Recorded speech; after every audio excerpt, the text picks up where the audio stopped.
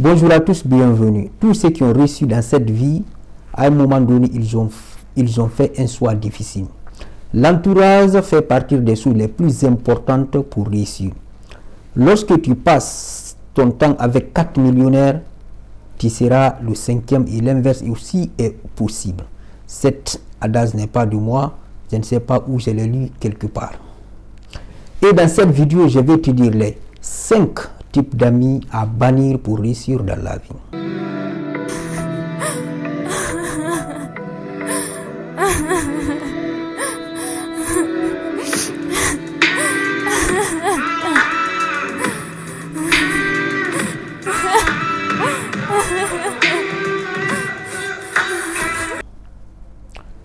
Le premier type d'amis que tu dois bannir si tu veux vraiment réussir dans ta vie, ce sont les fouteurs de troubles. Certains les appellent les critiqueurs. C'est-à-dire c'est des gens qui sont là, soit ils sont sous la défensive ou sous l'offensive. Toujours des choses parfois qui ne les regardent pas, ils essaient tout le temps de mettre du feu dans la baraque. Par exemple, il y a un mec qui se croit me connaître, qui crée des faux mails, qui vient sur ma chaîne pour me mettre des commentaires du genre. Dans l'une de mes vidéos, j'ai publié plus de des centaines de vidéos où il a trouvé une faille dans l'une de mes vidéos où je disais que je n'avais pas de famille en France. Il me balance des commentaires du genre, si tu veux guérir, il faut arrêter déjà de commencer par mentir. Tu as un frère en France, tu as une cousine aussi. Pire dans tout ça, il a raison. J'ai un frère qui est à Paris et moi je suis en province. Et ceux qui sont dans ce pays savent comment se passent les choses. Le fait d'avoir un frère à Paris et moi je suis en province ne fait pas que je suis entouré. Il me parle aussi d'une cousine. Je ne sais pas de quelle cousine elle me parle. Mais il y a une chose que j'ai compris dans tout ça. Parce que la plupart des gens qui viennent me mettre des commentaires méchants dans mes vidéos, c'est des gens qui me connaissent. Hein. Pour vous dire que dans la vie, lorsque vous vous lancez, essayez déjà de casser vos projets. Investissez dans vos projets, mais tout en les cassant. Surtout quand vous décidez de vous lancer dans des projets comme YouTube, par exemple. Essayez de les cacher à vos entourages, à vos amis, à vos connaissances. Robert Greene, dans son livre Les 48 lois du pouvoir, il disait ceci, que vous avez plus à craindre de vos amis que de vos ennemis. Beaucoup d'amis sont très jaloux de vous. Certains ne supportent pas de vous voir faire des choses que ils ne peuvent pas faire. Votre engagement, tant que vous êtes dans la médiocrité, dans le commérage, vous montez, vous descendez, ça va. Mais le jour que tu décides, toi, de sortir dans ça, c'est fini, tu deviens complètement leur ennemi. Raison pour laquelle tu dois essayer d'être très discret dans tes projets. Bien sûr, il y a d'autres personnes qui me mettent des bons commentaires. Il y a même des gens qui m'ont proposé de venir me rendre visite, des inconnus, des gens que je ne connais pas. Donc pour vous dire que souvent, les gens les plus proches de vous, c'est des gens auxquels vous devrez beaucoup vous méfier. Toi qui prendras beaucoup de temps déjà à créer des mails, des faux mails, au lieu de venir me rendre visite parce que tu sais bien que tu me connais.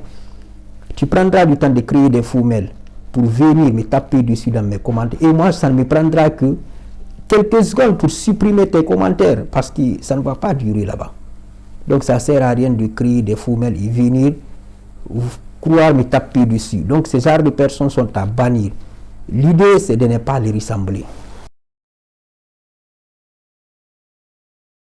La deuxième personne que tu dois éviter si tu as envie d'avancer, c'est un ami qui n'écoute pas. Dans la vie, parfois on a tous besoin de vider notre sac et de parler.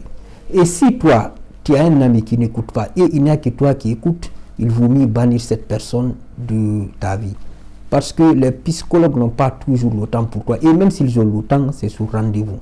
Donc, cherche des bons amis qui sont à ton écoute et toi aussi tu dois être à leur écoute quand ils ont besoin de parler et de vider leur sac.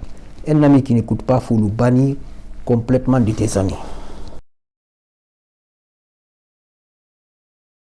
Troisième type d'amis que tu dois bannir, c'est celui que j'appelle le victime à vie, le victime éternel, la victime éternelle. C'est-à-dire, lui, tout ce qui arrive, il est tout le temps victime, il ne prend jamais ses responsabilités. jamais ses responsabilités. Responsabilité est différente de culpabilité. Ces arts d'amis aussi sont à bannir. Pourquoi? Pour ne pas lui ressembler. Parce que si tu es victime, c'est que tu ne peux rien entreprendre derrière. Tu n'auras même pas le temps de réfléchir.